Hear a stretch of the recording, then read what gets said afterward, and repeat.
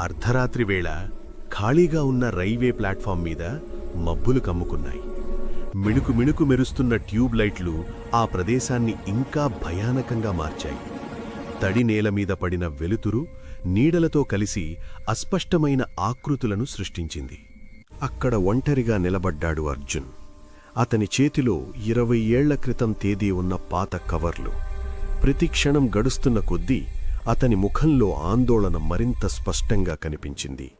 నిశ్శబ్దంలో గత జ్ఞాపకాలు మెల్లగా కదిలాయి. అప్పుడే ప్లాట్ఫామ్ చివర్లోని చీకటి నుంచి రాఘవ్ రూపం బయటపడింది.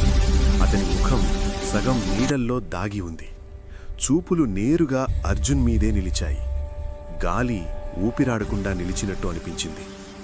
అర్జున్ చేతిలోని కవర్ జారి నేలమీద పడింది.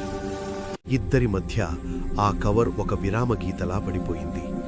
రాఘవ్ ముందుకు అడుగు వేశాడు. ఆ క్షణంలోనే విడిపోయిన సంవత్సరాలు, దాచుకున్న నేరభావం మౌనంగా